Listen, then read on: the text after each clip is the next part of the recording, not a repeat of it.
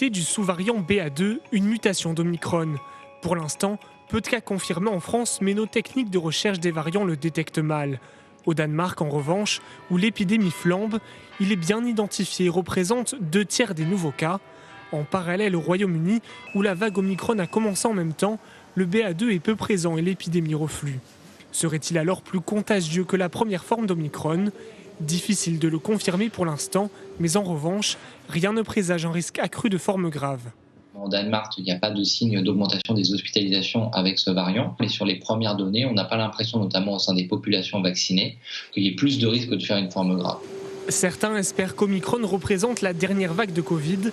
Prudence, répond l'OMS. D'autres variants peuvent émerger. Mais on peut tout de même espérer une amélioration cette année. Si les pays utilisent l'ensemble des stratégies et outils de lutte contre le Covid-19 de façon globale, nous pouvons mettre fin à la phase aiguë de la pandémie cette année. Une fin de phase aiguë qui ne signifie pas la fin du Covid, mais la possibilité de vivre avec.